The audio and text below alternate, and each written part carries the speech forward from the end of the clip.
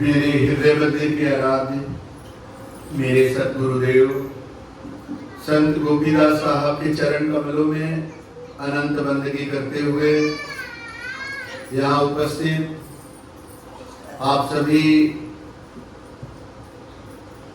सत्संग प्रेमियों को मेरी सौप्रेम साहेब बंदगी। आज का ये सत्संग कार्यक्रम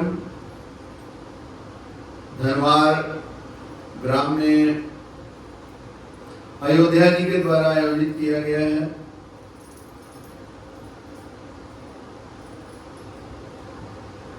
ये धनवार ग्राम के लिए सौभाग्य की बात है कि यहाँ अयोध्या जी और शकुंतला जी जैसे गुरुभक्त जन्म लिए और फिर शकुंतला जी का विवाह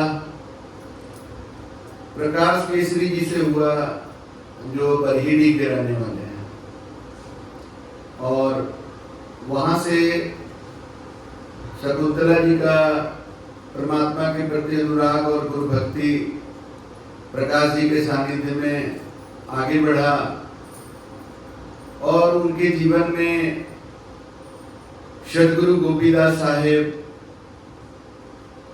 प्रकट हुए।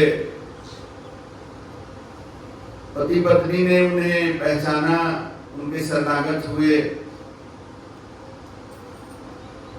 और उनके शरण में जाकर इनके जीवन में जो परिवर्तन आया, उस परिवर्तन का लाभ, उस परिवर्तन से अपने आसपास के लोगों को प्रभावित करने का प्रयास इन्होंने किया। और ऐसे में आदमी सबसे पहले अपने परिवार के लोगों को ही चाहता है कि हमारे परिवार के लोगों का भी कल्याण हो। जैसे हमारे जीवन में गुरु आए तो हमारा जीवन बदला, वैसे ही हमारे प्रेमी जनों का भी जीवन बदले। और इसी प्रयास के क्रम में प्रकाश जी और शकुंतला जी से अयोध्या जी प्रभावित हुए कहीं न कहीं, और बरही में आयोजित सत्संग कार्यक्रम में वो भाग लिए और वहां जाकर जो उनको समझ में आया, उससे उनके अंदर भी प्रेरणा जगी कि अब हम अपने परिवार को धनवार में, धनवार ग्राम के निवासियों को सत्य के मार्ग पर चलने के लिए प्रेरित करें।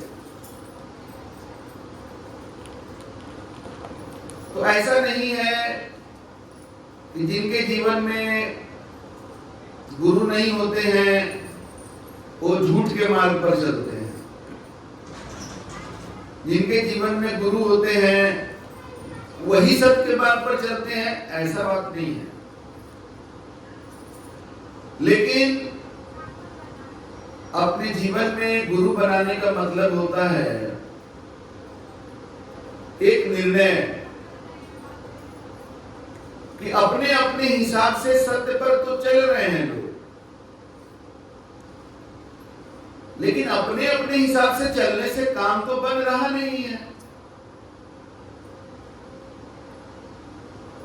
हिंदू कहता है कि मंदिर में राम है और मुसलमान मूर्ति को तोड़कर कहता है कि बहुत बड़ा धार्मिक काम कर दिए हम। बुत पूजा जो है उसको गलत मानता है। तो दोनों अपने अपने हिसाब से समझ रहे हैं कि हम बहुत सही काम कर रहे हैं, लेकिन जीवन में जब सच्चे गुरु मिल जाते हैं तब ये सत्य पता चलता है कि किसी के आस्था को चोट पहुंचाना ये कहीं से धार्मिक कार्य नहीं हो सकता है। कोई मूर्ति को भगवान मान रहा है, तो मूर्ति को तोड़ दे करके तुम क्या बताना चाहते हो? आजकल देखते हैं दुर्गा पूजा का जुलूस निकलता है, हनुमान जी का जुलूस निकलता है, रामनवमी का जुलूस निकलता है। अब उसमें तरह तरह के कारणों से पथराव और दंगा शुरू हो जाता है। ये क्या धर्म का बात है? ये कैसा धर्म है? ये कैसा भगवान का बात है कि धर्म के नाम पर और भगवान के नाम पर किसी दूसरे आस्था को मानने के लिए, अपनी आस्था को मनवाने के लिए, अपनी आस्था को ऊंचा दिखाने के लिए, दूसरे के आस्था को नीचा दिखाने के लिए, उसी परमात्मा के संतान के साथ हम हिंसा पर उतर आते हैं, जिस परमात्मा के संतान हम स्वयं भी हैं। आज अगर हिंदू, मुसलमान, सिख, ईसाई, बौद्ध, जैन, फारसी और नाना प्रकार के जितने भी धर्म और मत के मतावलंबी हैं, उन्हें अगर वर्तमान में सच्चा गुरु मिल जाए जो ये बता दे कि तुम लोगों का धर्म और संप्रदाय का नाम अलग अलग जरूर है, लेकिन सारे मानव का धर्म एक ही है और वो धर्म है मानवता का धर्म। सारे मानव का ही नहीं, समस्त ब्रह्मांड का मालिक एक ही परमात्मा है। चाहे उसको तुम अल्लाह कह के पुकारो या भगवान कहकर पुकारो या परमात्मा कहो, ईश्वर कहो या मालिक कहो, स्वामी कहो या साईं कहो, एक बात तो समझ लो कि परमात्मा एक ही है। हिंदू का परमात्मा, हिंदू का भगवान अलग, मुसलमान का भगवान अलग, सिख का भगवान अलग, ईसाई का भगवान अलग, ऐसा नहीं है, बिल्कुल भी नहीं है। लेकिन आज हिंदू संप्रदाय में भी सच्चे गुरु की कमी है, मुसलमानों के बीच भी सच्चे गुरु की कमी है। सिख, ईसाई, बौद्ध, जैन, ये सारे धर्म और संप्रदाय के मतावलंबी सच्चे गुरु के बिना आपस में लड़ाइयां करते रहते हैं, हिंसा करते रहते हैं। कहीं मंदिर को तोड़ दिया जा रहा है, कहीं मूर्ति को तोड़ दिया जा रहा है, कहीं हिंदुओं को मार दिया जा रहा है, कहीं मुसलमानों को मार दिया जा रहा है, कहीं क्रिश्चियन को मार दिया जा रहा है। सब एक दूसरे को नीचा दिखाने में, एक दूसरे को चोट पहुंचाने में और अपना कि केवल हम रहेंगे, दूसरे को बर्दाश्त करने के लिए तैयार नहीं है। कितनी गलत बात है ये। सारे जीव एक ही परमात्मा के अंश हैं, सभी को आपस में एक भाई बहन के तरह रहने का ये जीवन है, इंसानियत के तरह रहने का ये जीवन है, मानवीय प्रेम से रहने का ये जीवन है। लेकिन आज आपको ये सब नजर आता है क्या? सड़क पर आप चलिए, कोई लहरिया मोटरसाइकिल चलाते हुए आ जाता है, कोई जबरदस्ती आपके पीछे आकर के अनावश्यक हॉर्न बजाने लगता है, कोई रॉन्ग साइड से आकर आपको डैमेज भी कर देगा और आपको उल्टा पुल्टा भी बोलना चालू कर देगा। अभी आप लोग न्यूज में सुनते होंगे, BMW से आया, मोटरसाइकिल वाले को मार दिया, स्पॉट डेथ हो गया। आए दिन ये सब सुनने को मिलता है। ट्रक वाला बाइक वाले को मार दिया, कार वाला को ट्रक वाला मार दिया, ट्रैक्टर इसको मार दिया। इस तरह की घटनाएं हो रही हैं। लोग अकाल मृत्यु के ग्रास में चले जा रहे हैं। उसी तरह से आए दिन आपको दो संप्रदाय के बीच हिंसा की खबरें आपको मिलते रहती हैं। ये केवल भारत तक सीमित नहीं है, भारत के बाहर पाकिस्तान में देखिए, वहां भी आतंकवादी गतिविधियां चलती रहती हैं, हत्याएं होती रहती हैं। बांग्लादेश में देखिए, श्रीलंका में देखिए, पूरे विश्व में ये स्थिति है, क्योंकि मानव के पास अनंत शक्तियां हैं परमात्मा की दी हुई। तभी तो आज मनुष्य जो है ऐसा ऐसा पुल बना दिया है कि आप पुल देख करके हैरान रह जाएंगे। समुद्र के अंदर टनल बना दिया है। इतना ही नहीं, ऐसा ऐसा सैटेलाइट बनाया है जो पूरे दुनिया का फोटोग्राफी लेते रहता है, कहां पर क्या हो रहा है, ऊपर से खींच रहा है फोटो। आप सुनते हैं ना कि भगवान सबको देख रहा है। अब भगवान देख रहा है आप सबको, इसका प्रमाण तो सामने आ गया है। आदमी का बनाया हुआ जीपीएस सिस्टम है, गूगल है। गूगल मैप में देखिए, आपको ट्रैफिक के बारे में बता देगा, कहां पर कैसा ट्रैफिक चल रहा है। जीपीएस सिस्टम आप ऑन कर लीजिए, आप जहां जहां जाएंगे जीपीएस आपको लोकेट करता चला जाता है। अगर आदमी का बनाया हुआ तंत्र जो है आपके ऊपर इस तरह से नजर रखा हुआ है, तो परमात्मा का नजर आपके ऊपर कैसा होगा ये आप सोच सकते हैं।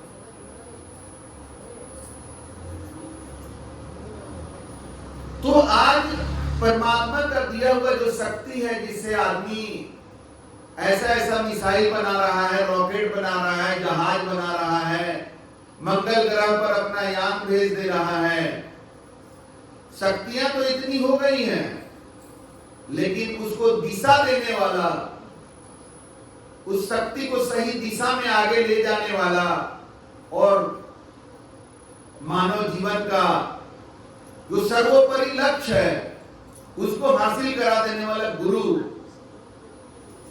बड़ा मुश्किल से मिलते हैं। इसीलिए कहा गया है, शीश दिए जो गुरु मिले तो भी सस्ता जान।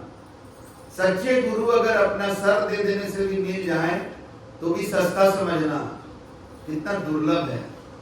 इसीलिए रामचरितमानस में गोस्वामी तुलसीदास कहते हैं, संत मिलन और हरि भजन तुलसी दुर्लभ दोई, सुत दारा और लक्ष्मी ये तो पापी को भी हुए।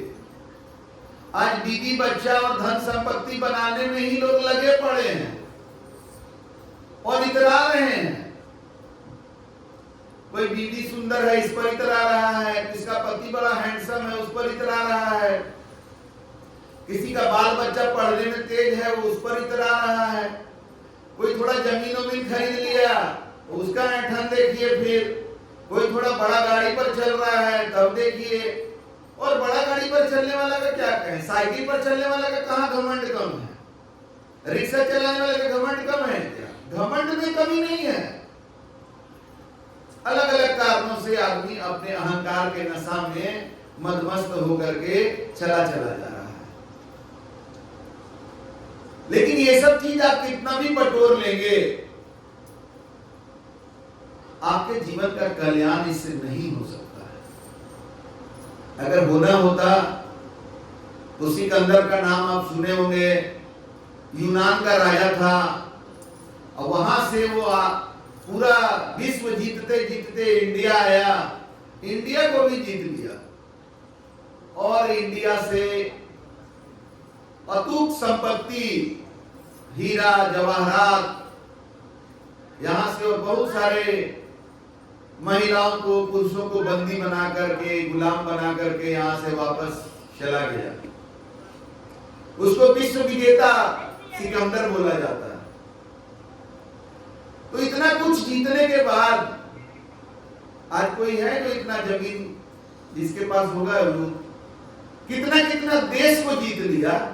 आप कट्ठा और बीघा और एकड़ में बात करते हैं, वो तो कितने देश को जीत लिया, लेकिन क्या हुआ अंत में? 35-36 साल की उम्र में उसको ऐसी बीमारी हुई, क्योंकि वो शराब पीता था और इतना पाप कर्म किया था, ऐसी बीमारी हुई कि उस समय के सारे डॉक्टर फेल कर गए।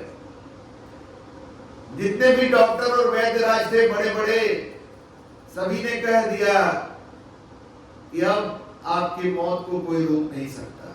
अब ये चंद दिनों की बात है। तो सिकंदर को समझ में आ गया, जब इतने बड़े बड़े डॉक्टर और वैद्यराज कोई भी इलाज करने के लिए तैयार नहीं है, तो अब मेरा उल्टा गिनती शुरू हो चुका है। सोचिए कितनी बड़ी सेना, कितना जमीन जायदाद, सोना हीरा जवाहरात, कितने नौकर चाकर, और एक छोटी सी उम्र में टाइम बॉम्ब की तरह उसका जिंदगी हो गया कि अब कभी भी मर सकता है वो। तो सिकंदर ने कहा अपने मंत्री से कि जब मेरा जनाजा निकलेगा तो मेरे दोनों हाथ को कफन से बाहर निकाल देना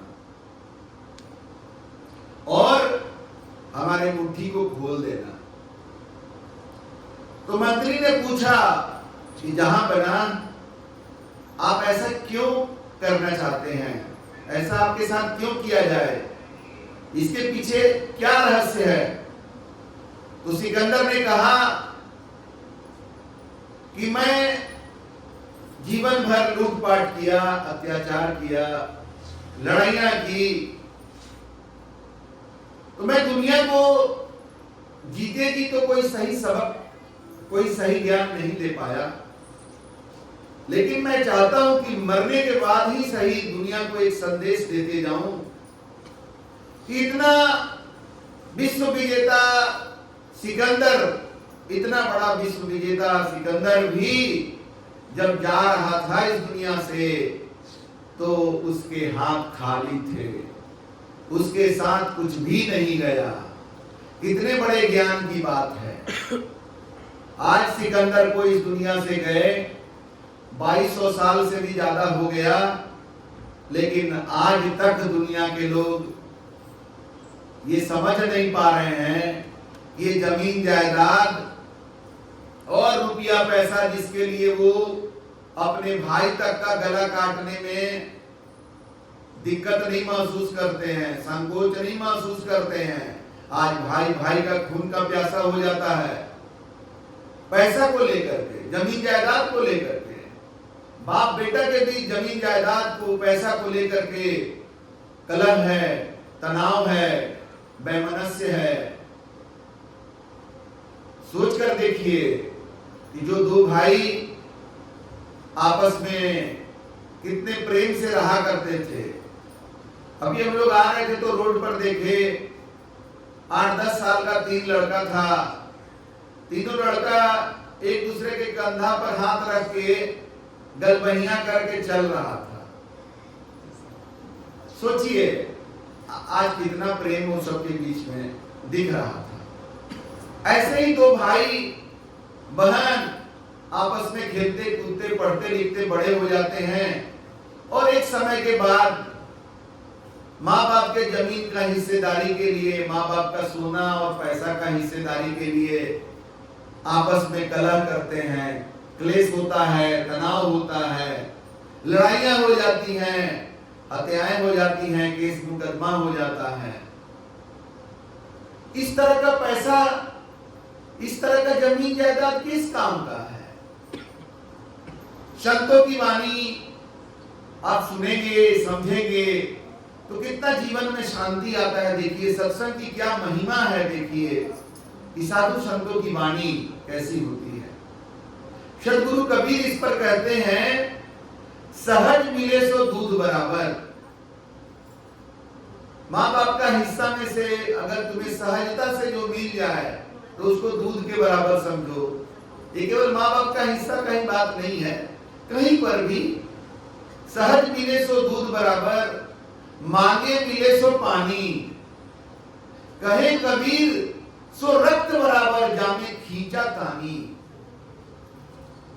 जो संपत्ति, जो पैसा खींचा तानी करके आपको मिल रहा है वो रक्त के बराबर है, खून के बराबर है। वो संपत्ति, वो पैसा सहजता से जो मिल गया वो आप पर परमात्मा की कृपा है, उसको ग्रहण करिए। महाभारत का प्रसंग है जिसमें पांडवों को उजाड़ जमीन कौरवों ने दिया था, खांडोप्रस्थ। वो उजाड़ जमीन लेकर भी पांडव संतुष्ट हो गए। पांचों भाई मिल करके उसका विकास करना शुरू किए तो खांडोप्रस्थ से वो इंद्रप्रस्थ बन गया। और कौरवों के अंदर संतोष नहीं था, खींचातानी करना था उनको, उतना से भी वो माने नहीं। इंद्रप्रस्थ से भी पांडवों को वंचित करने के लिए तरह तरह का चाल चले और वंचित कर दिए। फिर पांडव लोग आधा राजपाट मांगे, वो भी नहीं दिए। 5 गांव मांगे, वो भी नहीं दिए। और तब युद्ध हुआ और कौरवों का नाश हो गया। तो खींचातानी करने वाले का ऐसे ही होता है। तो आज धन संपत्ति को लेकर, पैसा को लेकर के, अपने को बड़ा दिखाने के लिए, अपने को बड़ा बनने के लिए, दूसरे को छोटा दिखाने के लिए आज जीवन में हम क्लेश को, तनाव को, हिंसा को जगह दे रहे हैं। और वो जब जगह बना लेता है हमारे जीवन में तो भक्ति हमारी दूर चली जाती है। कि जहां हिंसा है, जहां क्लेश है, जहां तनाव है, वहां भक्ति नहीं रह सकती है। भक्ति तो प्रेम का, शांति का विषय है। तो हमें अपने जीवन में भक्ति का खेती करना है, भक्ति को उगाना है, भक्ति को अंकुरित करना है। तो अपने मन वचन कर्म में शांति का भाव लाना पड़ेगा। भक्ति क्यों जरूरी है? सत्य क्यों जरूरी है? प्रेम क्यों जरूरी है जीवन में? क्योंकि जीवन में शांति और आनंद नहीं है तो फिर ये जीवन का मतलब ही क्या है? आज जीवन में लोगों के अगर शांति और आनंद हो जाए तो समाज में शांति और आनंद होगा। आज लोगों के जीवन में तनाव है, क्लेश है, इसलिए समाज में वो चीज दिखाई देता है। समाज में आज हिंसा का माहौल बना हुआ है, तनाव का माहौल बना हुआ है, एक दूसरे को अपमानित करने का माहौल बना हुआ है। और ये माहौल ऐसा है कि आम आदमी को क्या, यहाँ प्रधानमंत्री तक को लोग नहीं छोड़ते हैं। हम लोग एक समय सोचते थे प्रधानमंत्री आदमी बन जाएगा तो कितनी बड़ी बात होगी, लेकिन आज प्रधानमंत्री को भी अपमानित करने का प्रवृत्ति समाज में देखने को मिल रहा है। आजादी के नाम पर आज हमारा देश सैकड़ों वर्ष गुलाम रहा, ऐसे कहें तो हजारों वर्ष रहा। अंग्रेजों का गुलाम तो सैकड़ों वर्ष रहा, उसके पहले भी बाहर से मुसलमान आक्रमणकारी जो हैं उनका भी गुलाम रहा हमारा देश हजारों वर्ष। और इन गुलामियों से निकल करके जब देश आजाद हुआ तो आज आजादी जो मिली तो उस आजादी का दुरुपयोग किया जा रहा है। और आजादी का दुरुपयोग हिंसा फैलाने में हो रहा है, दूसरे को नीचे दिखाने में हो रहा है, दूसरे को अपमानित करने में हो रहा है, दूसरे के जीवन को बाधित करने में आजादी का इस्तेमाल हो रहा है। जबकि ये आजादी का मायने नहीं है, तो आजादी के मायने ही बदल गए क्योंकि लोगों के जिंदगी के मायने बदल गए।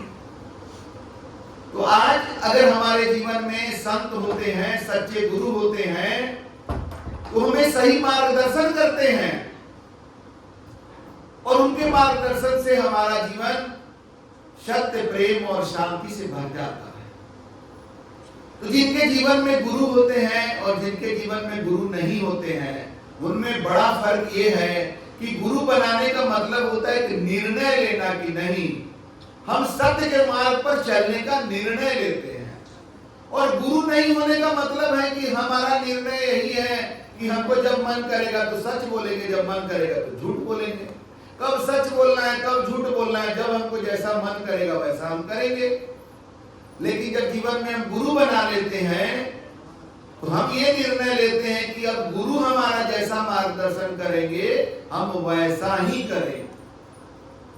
तो गुरु के मार्गदर्शन का जो जीवन चलता है वो, और बिना गुरु के जो जीवन चलता है वो, दोनों में अंतर अगर समझना हो तो वो अंतर ऐसा ही है कि जैसे कोई स्कूल नहीं जाए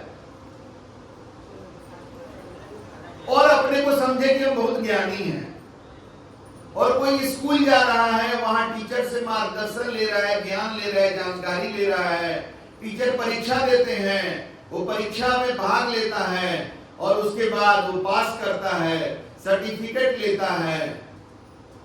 तो इस तरह से उसका एक उपलब्धि होता है। और कोई बिना जाने समझे, बिना स्कूल गए, बिना गुरु के मार्गदर्शन में ज्ञान लिए, अपने आप को घर बैठे ही ज्ञानी समझ लेता है और कहता है कि हम भी तो जानते हैं, हम भी किताब पढ़े हैं। केवल किताब पढ़ लेने से ज्ञान नहीं हो जाएगा, हमें ज्ञान के लिए गुरु की जरूरत होती है। हम किताब पढ़ करके जानकारी ले सकते हैं, लेकिन सर्टिफिकेट हमारे पास नहीं हो सकता है।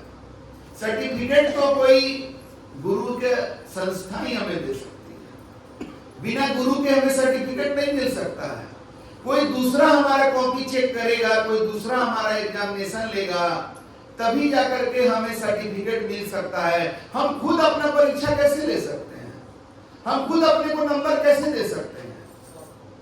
तो बिना गुरु वाले का और गुरु वाले का जीवन में बहुत बड़ा अंतर होता है। ग्रंथों में इस अंतर को और स्पष्ट किया गया है। साकट सुअर कुकुरा तीनों का मति एक, कितना भी पर्वत दिए छोड़े न पिछला टेक। साकट कहते हैं जिसके जीवन में गुरु नहीं होता है, और सुअर किसको कहते हैं आप जानते हैं, कुकुर किसको कहते हैं आप जानते हैं।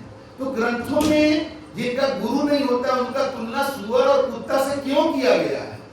क्या ग्रंथ लिखने वाले ऐसे ही लिख दिए? नहीं, उन्होंने बताया है कि ये तुलना इसलिए की जा रही है कि जैसे सुअर और कुत्ता को कितना भी समझा दीजिएगा वो लैट्रिन खाना नहीं छोड़ेगा। कितना भी अच्छा अच्छा खाना खिला दीजिए उसको, खीर खिला दीजिए, मेवा खिला दीजिए, रोटी भात चावल खिला दीजिए, लैट्रिन खाना नहीं छोड़ेगा।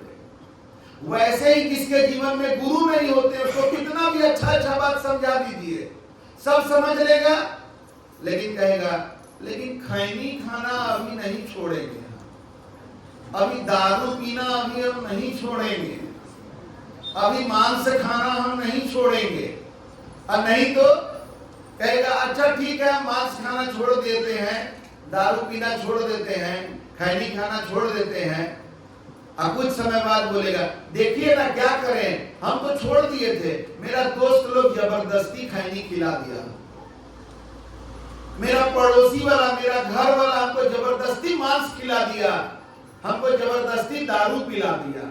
ये बिना गुरु वाले का भाषा बता रहे हैं। वो पुराना आदत में चला जाएगा, कहे कि उसका गुरु नहीं है। वो अपने मन से कह दिया कि हम छोड़ देंगे, हम छोड़ देंगे, मांस खाना छोड़ देंगे, दारू पीना छोड़ देंगे, खैनी खाना छोड़ देंगे। मन आया तो कह दिया, और उसके बाद फिर उसका मन कर गया तो खाने लगा, पीने लगा।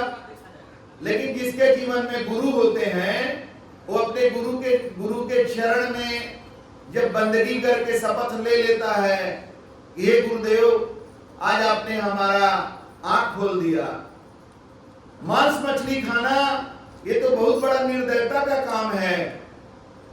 चाहे कोई गाय का मांस खाए या सुअर का मांस खाए या बकरा का मांस खाए या मुर्गा का मांस खाए या मछली खाए, ये सब निर्दयी लोगों का काम है। ये अधर्म है, ये धर्म हो नहीं सकता। धर्म का झंडा लेकर चलोगे और गाय का मांस खाओगे, सुअर का मांस खाओगे, बकरा का मांस खाओगे, हम नहीं स्वीकार कर सकते हैं। तो एक गुरुदेव आपने हमारा आंख खोल दिया, आज हम धर्म क्या है समझ गए, आज दया क्या है हम समझ गए।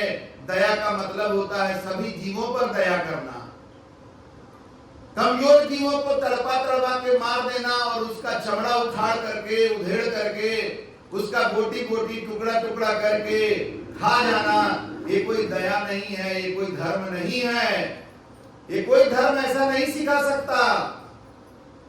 ये धर्म के नाम पर इस तरह से अधर्म करने वाले ऐसा करते हैं। तो जो गुरु के शरण में आते हैं तो गुरु के चरण में अपना सर रखकर कहते हैं कि गुरुदेव आपने आंख खोल दिया, ये सब अभक्ष भोजन है, ये सब मांसाहारी जानवरों का भोजन है, मनुष्यों का भोजन शाकाहार है। मनुष्यों के दांत की बनावट शाकाहारी जानवरों के दांत के जैसी ही होती है। मांसाहारी जानवर जो होते हैं वो जीभ से पानी पीते हैं चाट चाट करके, और शाकाहारी जो होते हैं वो ओठ से पानी पीते हैं। शाकाहारी का दांत का बनावट अलग होता है, मांसाहारी का दांत का बनावट अलग होता है। मुर्दा को श्मशान घाट ले जाते हैं, अपना परिवार का रिश्ता नाता का जो आदमी मर जाता है तो उसको श्मशान घाट ले जाते हैं, और हर संप्रदाय के लोग इसे अपवित्र और अशुद्ध मानते हैं मुर्दा को, और नाना प्रकार की क्रियाएं करते हैं, कर्मकांड करते हैं छुटका हटाने के लिए। लेकिन एक ऐसा ज्ञान है कि तुम्हारा घर का आदमी, रिश्तेदार का आदमी मर जाता है तो उसका छुटका मनाते हो, उसका शुद्धिकरण को शुद्ध करने के लिए तरह तरह का कर्मकांड करते हो, और गाय सुअर मुर्गा बकरा बकरी को मार करके अपने घर के अंदर लाते हो, किचन में बनाते हो और पेट के अंदर ले जाते हो, और उसी से खा करके ब्लड तुम्हारा बनता है, मुर्दा से बना हुआ ब्लड और मांस है तुम्हारा।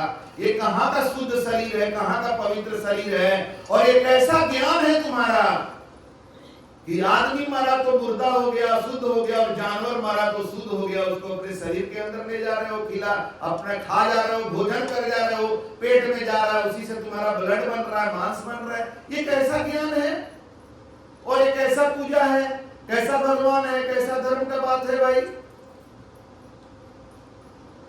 तो ये गुरु के शरण में जो जाते हैं वो शपथ लेते हैं कि नहीं, अब हम मांस मछली ये सब मांसाहार भोजन का, जीव हत्या पर आधारित भोजन का त्याग करते हैं गुरुदेव। तो गुरु के पास शपथ ले लेते हैं, गुरु के चरण में बंदगी करके। तब उनका कोई दोस्त बोलता है कि चलो ना मांस खा लिया जाए, चिकन बिरयानी खा लिया जाए, बोनलेस खा लिया जाए। तब वो सीधा जवाब देते हैं कि नहीं, हमने अपने गुरु से वादा कर दिया, हमारे गुरु ने मेरे लिए हमें समझाया है, और जब वो मेरे लिए समझाए हैं, हमारे जीवन के भले के लिए समझाए हैं, और हमने उनसे वादा कर दिया है, हम अपने गुरु को धोखा नहीं दे सकते। तो इस तरह से गुरु जिसके जीवन में होते हैं उसके जीवन में बड़े बड़े परिवर्तन आते हैं। और ये जो निगुरा लोग होते हैं जिनका जीवन में गुरु नहीं है, वो बड़ी बड़ी बातें करते हैं लेकिन एक छोटा सा परिवर्तन नहीं ला सकते। अरे खाना छोड़ने थोड़ी कहा जा रहा है, जीव हत्या पर आधारित भोजन का त्याग करो, मांसाहार भोजन का त्याग करो, जानवरों को मारकर मत खाओ। मनुष्य का भोजन अनाज है, अंकुरित जीव जो अंकुरित चीज जो है वो मनुष्य का भोजन है, वो भोजन करो ना भाई। एक से एक शाकाहारी भोजन है, पनीर चिल्ली बनता है, पनीर बटर मसाला शाही पनीर, पनीर कढ़ाई, पनीर लबाबदार, खाओ ना जितना खाना है। खीर बनता है, सेवई बनता है, कस्टर्ड बनता है, तरह तरह का आइटम है। ये सब कितना सात्विक और पवित्र भोजन है। भगवान को आप चढ़ाते हैं मांस क्या? भगवान को आप दारू चढ़ाते हैं क्या? भगवान को दूध चढ़ाया जाता है, भगवान को फल चढ़ाया जाता है। आपके घर में साधु संत आएंगे तो आप क्या उनको भोजन कराएंगे? दारू और मांस? कि बढ़िया भोजन बनाएंगे, पूरी सब्जी खीर ये सब खिलाएंगे। ये सात्विक भोजन है। आपको भोजन करने मना नहीं किया जा रहा है, आप सात्विक भोजन करें।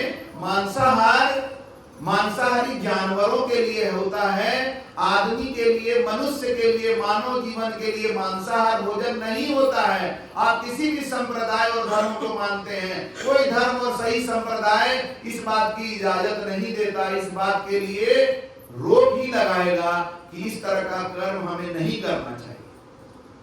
कोई भी संप्रदाय और धर्म आपको नशा करके अपने को बर्बाद करने का इजाजत नहीं देता है। हर तरह का नशा का त्याग करना होगा मानव जीवन को अच्छा बनाने के लिए। और जो गुरु के शरण में आते हैं वो अपने जीवन में इस तरह का परिवर्तन लाते हैं। आज हमारे बहुत सारे शिष्य हैं जो दारू पीते थे, सिगरेट पीते थे, गांजा पीते थे, अफीम खाते थे, छोड़ दिए, त्याग कर दिए। बिना गुरु के संभव नहीं था। अपने मन से बहुत बार प्रयास किए दारू छोड़ने का, सिगरेट छोड़ने का, फिर वही बात, साकट सुअर कुकुरा तीनों का मती है। कितना भी प्रबोध दिए, छोड़े ना पिछला टेक, पिछला आदत जाता ही नहीं है, फिर से वो आदत पकड़ लेता है और कहता है क्या करें, हम तो छोड़े थे लेकिन फिर पकड़ लिए। लेकिन जिसके जीवन में गुरु होते हैं, वो गुरु के सानिध्य में होते हैं, गुरु के संपर्क में होते हैं, लगातार गुरु की संत वाणी जो है वो सुनते रहते हैं, तो मांस मछली अंडा बकरा बकरी को जब तक नहीं जानते थे खा लिए, जब जान गए तो उसका त्याग कर देते हैं, उसको खाने लायक चीज ही नहीं मानते हैं। जब तक नहीं जानते थे तब तक नशा करते थे, दारू सिगरेट बीड़ी खैनी ये सब खाते थे गलत संगत में। कि जब गुरु के सानिध्य में आ गए, गुरु के संगत में आ गए तो नशा का त्याग कर दिए। ये होता है गुरुमुख का जीवन, गुरु के वाणी वचनों पर चलने वाले का जीवन में यही अंतर होता है। और सत्य बोलना, अब बिना गुरु वाले लोग भी सत्य बोलते हैं, सभी को खाली झूठ बोलते हैं। लेकिन जब हम गुरु के शरण में जाते हैं तो गुरु हमें सख्त हिदायत देते हैं कि अब तुम हमारे शरण में आ गए हो, अब तुम्हें झूठ नहीं बोलना है, तुम्हें सत्य बोलना होगा। तो जो गुरु के शरण में जाते हैं वो सत्य बोलते हैं। और जब हम सत्य बोलना शुरू कर देंगे तो धीरे धीरे हम गलत काम करना भी छोड़ देंगे, क्योंकि गलत काम करते हैं लोग और जब फंसने लगते हैं तो झूठ बोल देते हैं, सोचते हैं झूठ बोल के बच जाएंगे, हालांकि बच नहीं पाते हैं। लेकिन झूठ का एक सहारा रहता है तो आदमी गलत काम करता है। लेकिन जो निर्णय ले लेता है कि नहीं हमें सत्य ही बोलना है, तो गलत काम करेगा तो फिर बता देगा कि हम तो किए हैं, तो फंस जाएगा। तो इसलिए फिर सत्य जब आप बोलने लगते हैं तो गलत काम भी आप त्याग करने लग जाते हैं, आपका जीवन धीरे धीरे सही और निर्मल होने लग जाता है।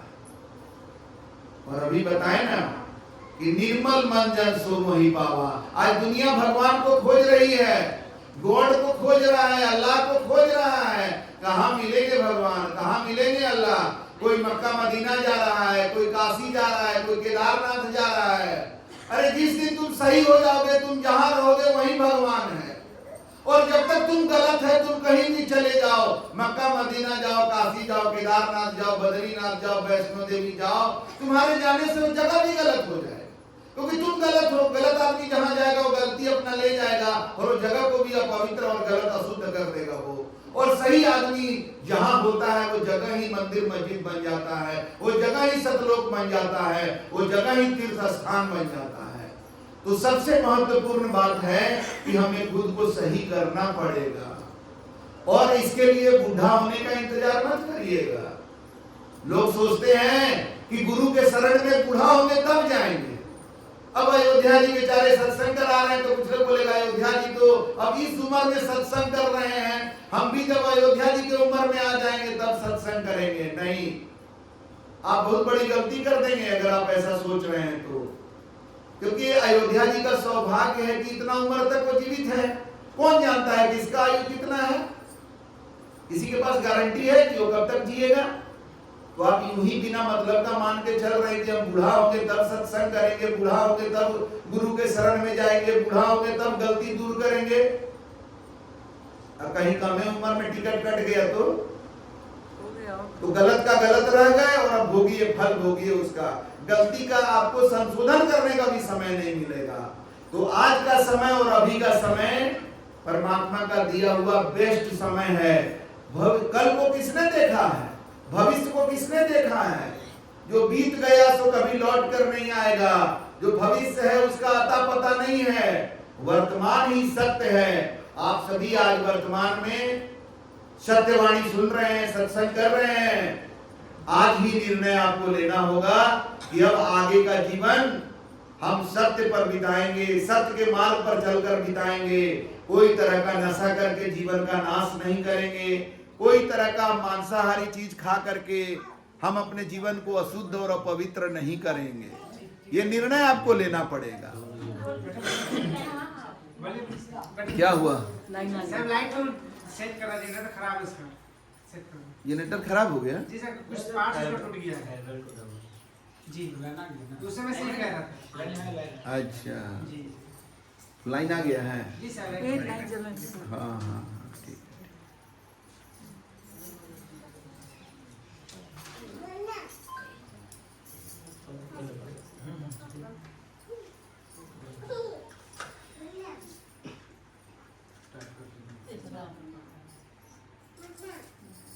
जनरेटर चलना चाहिए था ना। सब बढ़िया रहता है।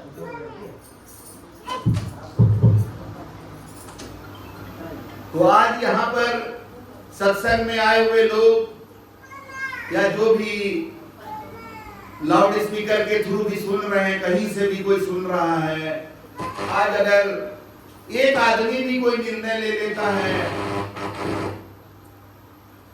कि आज के बाद से हम जीव हत्या नहीं करेंगे, जीव हत्या में हम शामिल नहीं रहेंगे, जीव हत्या पर आधारित भोजन नहीं करेंगे, अमानवीय और अभक्ष भोजन, आश्विक भोजन नहीं करेंगे, कोई तरह का नशा नहीं करेंगे और सत्य के मार्ग पर चलेंगे, सत्य ही बोलेंगे, झूठ नहीं बोलेंगे। सत्य से बड़ा कोई धर्म नहीं है, सत्य से बड़ा कोई व्रत भी नहीं है। तो आप सत्य व्रत को धारण करने का निर्णय आज एक आदमी भी ले लेगा इस पूरे धनरवा गांव से, धनवार गांव से।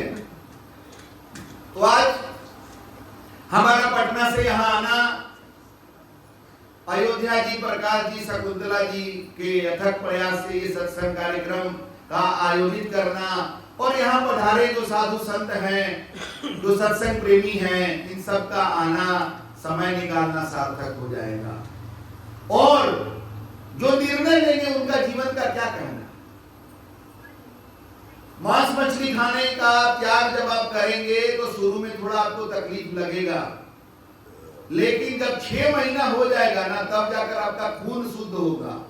अभी तो खून मुर्दा से बना हुआ है, इतना शरीर और जीवन अशुद्ध और पवित्र है, मुर्दा से बना हुआ, कि 6 महीना लगेगा आपका खून साफ होने में।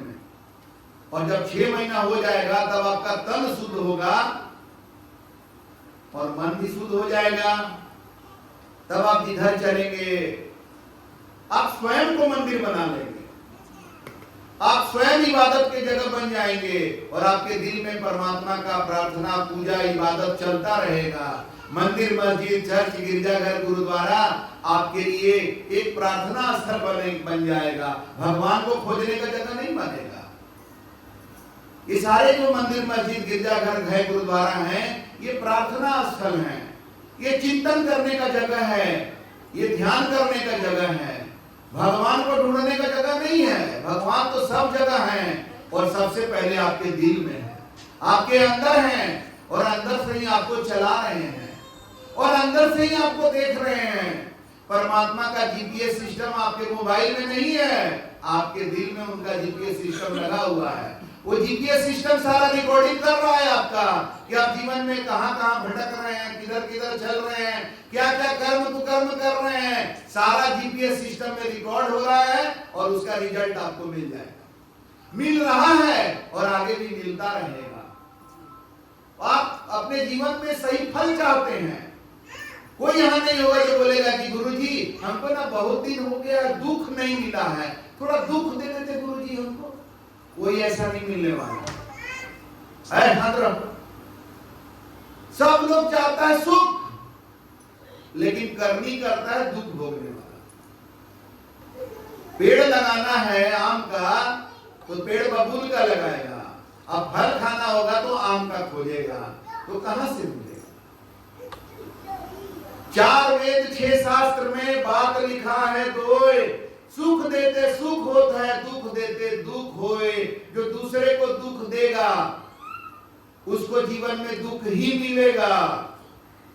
जो खुद सुख पाना चाहता है, जीवन में सुख शांति चाहता है, उसका एक ही रास्ता है, उसको दूसरे को सुख देना पड़ेगा, दूसरे को मदद करना पड़ेगा, परोपकार करना पड़ेगा, दूसरे का भला करना पड़ेगा।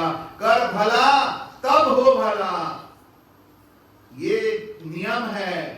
अब इस नियम से हट करके आप चाहिएगा अपना गंगा अलग बहाना, तो बहाने होने वाला है नहीं। गंगा नदी की जो धार है वो अपनी जगह पर है, आप अलग धार बहाना चाहिएगा तो उससे कुछ होने वाला नहीं है। ये नियम है कि हम नहीं बनाए हैं, जिसने सृष्टि की रचना की है उस परमात्मा ने बनाया है।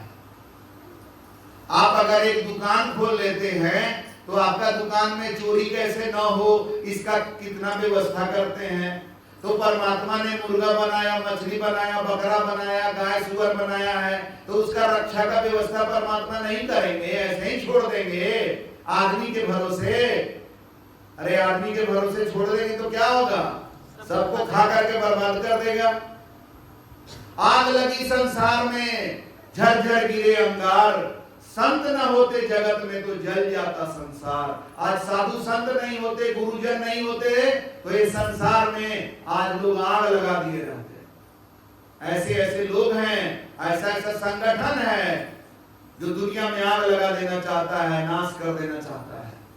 लेकिन आज साधु संत हैं, गुरुजन हैं जो संसार को संभाले हुए हैं अपने अमृत वाणियों से। तो परमात्मा ने कमजोर जीवों को बनाया है तो साथ में व्यवस्था भी बना दी है कि कमजोर को जो सताएगा वो सजा पाएगा।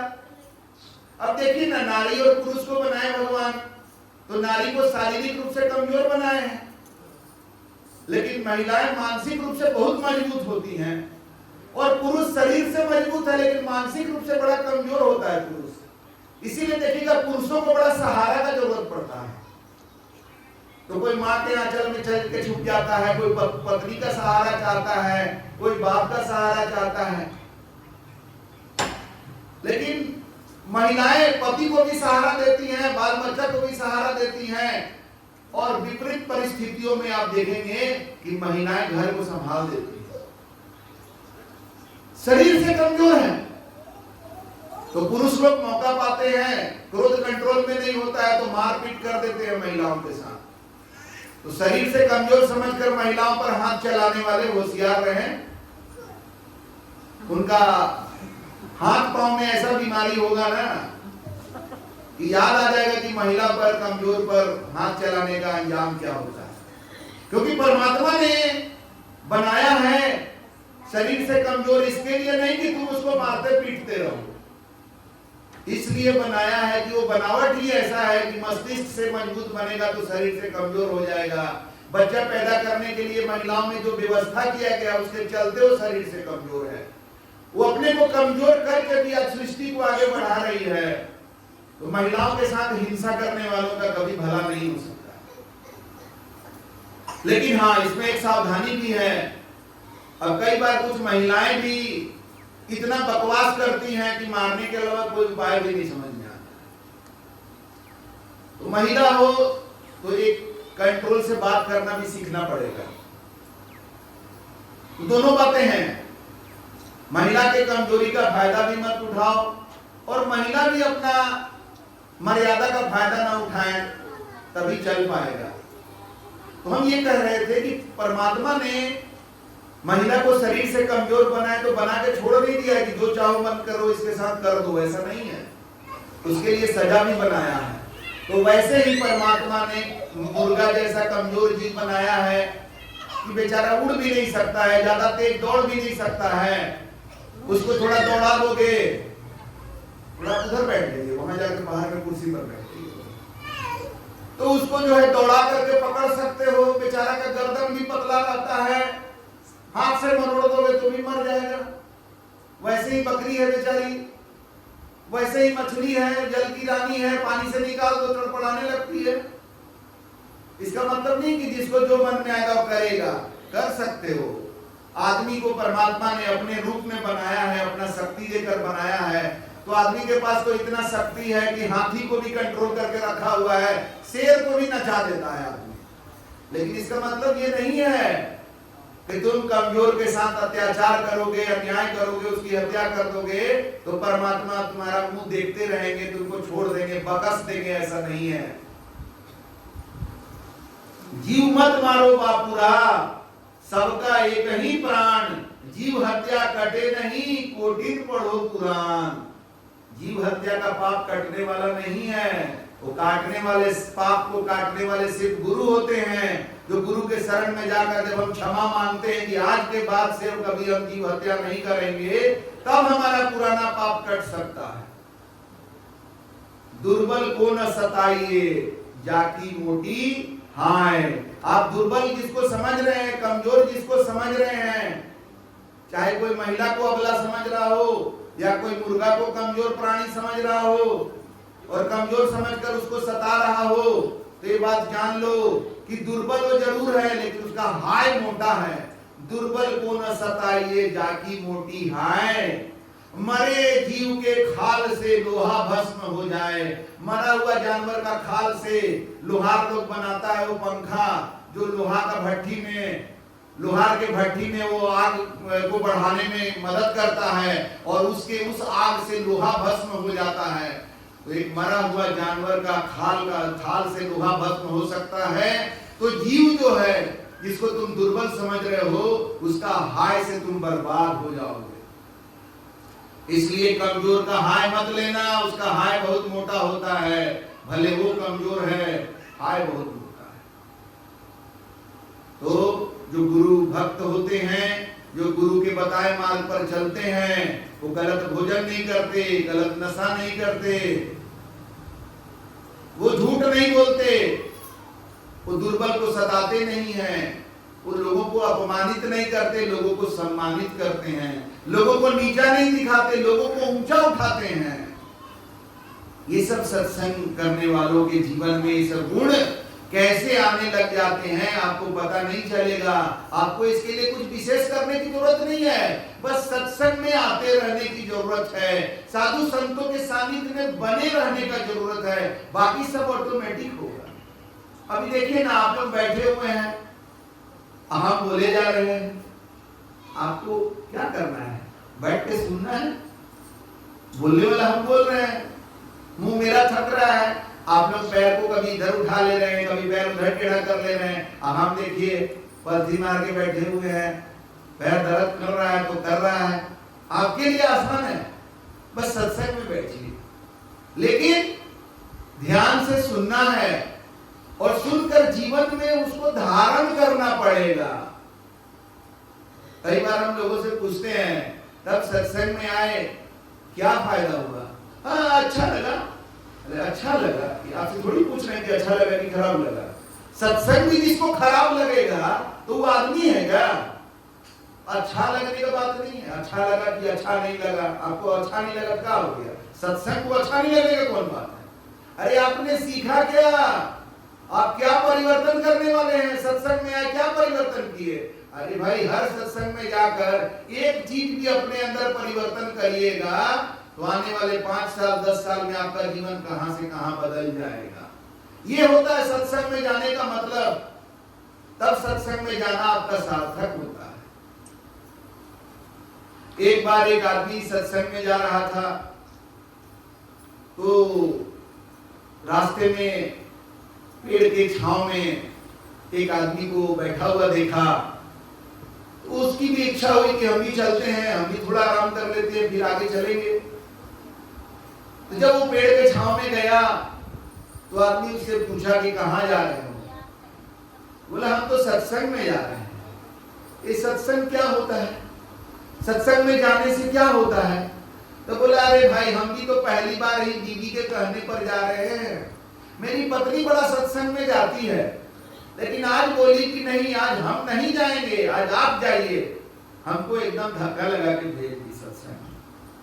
तो हम कैसे बताएं कि क्या होता है और क्या फायदा होता है? अब तो हम सत्संग में जाएंगे तभी बता सकेंगे। अच्छा भाई, आप क्या कर रहे हैं? आप कहाँ जा रहे हैं? तो बोला हम तो चोरी करने जा रहे हैं। बड़ा एकदम सकपका गया, ऐसा कोई तो बोला ही नहीं था आज तक, बड़ा ढीठ चोर था। बोला कि तो आप चोरी करने जा रहे हैं, ये तो बड़ा गलत काम है, आप क्यों करते हैं चोरी? अरे तुम सत्संग में जा रहे हैं ना, चुपचाप जाओ सत्संग में, क्या फायदा हुआ जरा कल हमको बताना। हम बताएंगे कि हम चोरी करने जा रहे हैं तो क्या फायदा हुआ। उधर से सत्संग से लौटते समय आ रहा है तो देख रहा है कि वो आदमी वहां पर बैठा हुआ है, मतलब चलो ना जरा पूछ लिया जाए। तो गया, तो ये पूछता उसके पहले वही पूछ दिया, कहा भाई सत्संग में गया तो क्या मिला? अब वो बेचारा पहली बार गया था तो उसको कुछ उतना कुछ मिला जैसा कुछ उसको समझ में नहीं आया। बोला कि भाई हमको तो कुछ ऐसा मिला नहीं लेकिन अच्छा लगा, वही वाला था वो, अच्छा लगा। तो बोला कि अरे अच्छा लगा। तो बोला तुमको क्या मिला? बोला देखो ये 9 लखा हार निकाल के दिखाया कि तुम जब सत्संग कर रहे थे ना तो हम ये चोरी करने गए थे, देखो 9 लखा हार चोरी करके लाए, अब तुम मुंह लटका के आ रहे हो उधर से सत्संग से, खाली हाथ आ रहा है तुम। ऐसा करो ना मेरे साथ पार्टनर बन जाओ, दोनों मिल के चोरी करेंगे, मिल बांट करके। नहीं हम तो सत्संग में गए थे, कुछ ऐसा मिला तो नहीं लेकिन हम चोरी नहीं कर सकते। तो फिर दोनों में बहस होने लगा। तब तक पास में एक बाबा थे, तो बोला चलो बाबा से फैसला करवाते हैं। तो बाबा के पास गया तो चोर बोला कि देखिए ये सत्संग में गया तो बता ही नहीं पा रहा कि इसको क्या मिला, और हम चोरी करके बता रहे हैं कि हमको ये मिला। तो इसको चोरी करने में हमारे साथ देने में क्या दिक्कत है? हम इसका साथ क्यों दें जब इसको सत्संग में कुछ मिला ही नहीं? तो बाबा बोले इसको सत्संग में क्या मिला ये ना इसको पता है ना तुमको पता है, हम बताते हैं कि इसको सत्संग में जाने से क्या मिला। अभी जाओ इसके घर में जहां ये सोता है वहां देखो सांप इसके बिस्तर के पास होगा, जो इसको मारने के लिए पहुंचा हुआ था। लेकिन इसके पत्नी का भक्ति ऐसा था कि इसकी पत्नी इसको सत्संग में भेज दी, जिसके चलते ये बच गया। चोर बोला ये क्या कहानी बता रहे हैं आप? कहा कि हाथ कंगन को आरसी क्या है, चले जाओ। उसके घर जाकर देख रहा है तो काला नाग उसके बिस्तर के पास मिला। तब चोर भी जो है ना दंग रह गया कि सत्संग का ऐसा महिमा होता है कि आदमी को पता भी नहीं चलता है और उसका जीवन का रक्षा हो गया, उसको तो जीवन मिल गया। भागा हुआ फिर उस बाबा के पास आया, बोला बाबा आपने तो ये अच्छा बता दिया कि ये सत्संग में नहीं गया होता तो इसको क्या मिलता है, ये तो अब क्या हो जाता है इसके साथ, तो बता दिए। मतलब सत्संग में गया तो इसका तो प्राण रक्षा हो गया, मेरा भी तो कुछ बता दीजिए बाबा। तो बोला अरे मूर्ख, तुम तो चक्रवर्ती राजा बनने का योग है तुम्हारा, लेकिन यही चोरी का काम करने के चलते आज तुम उस कगार पर है कि कब तुम जेल जाएगा इसका कोई ठिकाना नहीं। तो ये सत्संग की महिमा होती है। बहुत चीज आपको पता चलेगा, बहुत चीज आपको पता नहीं चलेगा। आज नहीं चलेगा, बाद में पता चलेगा कि आज उस सत्संग में अगर हम नहीं गए होते तो आज हमारा जीवन ऐसा बदलता नहीं। देखिए दूध में कितनी शक्ति है कि माँ का दूध या गाय का दूध पी करके बच्चा का लालन पालन हो जाता है। शुरुआती 6 महीना बच्चा सिर्फ दूध पी करके रह जाता है, दूध में कितनी शक्ति है। लेकिन आप दूध पी करके बता सकते हैं कि आज हम दूध पिए हैं तो देखिए क्या रिजल्ट है, बता सकेंगे? नहीं बता सकते। लेकिन दारू पीने वाला का रिजल्ट आप देख सकते हैं, वो दारू पिएगा उसके बाद रिजल्ट दिखाई देने लगेगा। तो गलत चीज का रिजल्ट जो है ना वो तुरंत मिलता है, सही चीज का रिजल्ट दिखने में समय लगता है। तो आज का सत्संग आपके लिए क्या रिजल्ट लाएगा ये समय बताएगा।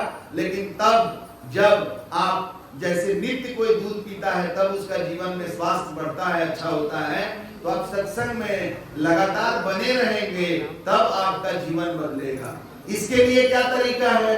जो भी आपको सत्संग में बुलाए हैं उनके सानिध्य में रहिए, वो आपको बताते जाएंगे कि आगे और सत्संग कहाँ है, कब है, कैसे है। और वो आपको, हमारे जैसे बहुत सारे साधु साध भी यहाँ पर हैं, ज्ञानी जन हैं, उनसे किसी के संपर्क में आपको कर देंगे तो आप संपर्क में बने रहिएगा, संगत में बने रहिएगा, तो आपका सत्संग चलते रहेगा, ये रुकेगा नहीं। और चलते चलते जैसे दूध पीते पीते बच्चा जो है बड़ा हो जाता है, 6 महीना का हो जाता है, फिर दूध के साथ थोड़ा भोजन भी करने लगता है, वैसे ही सत्संग करते करते आप सत्य के मार्ग पर आगे बढ़ते चले जाएंगे। फिर आप भी सत्संग करने लगेंगे, आप दूसरे को भी सहारा देने लगेंगे, दूसरे का भी जीवन बदलने लगेंगे। तब आपका ये सत्संग कितना सार्थक हुआ आपको आगे चलकर समझ में आ जाएगा। तो टाल मटोल मत कीजिएगा, एक छोटा सा भी परिवर्तन आज के सत्संग से जरूर आप लोग लाइए और अपने जीवन को बदलिए। इसी के साथ अपने वाणी वचन को यही विराम देते हैं। सप्रेम साहेब बंदगी साहेब।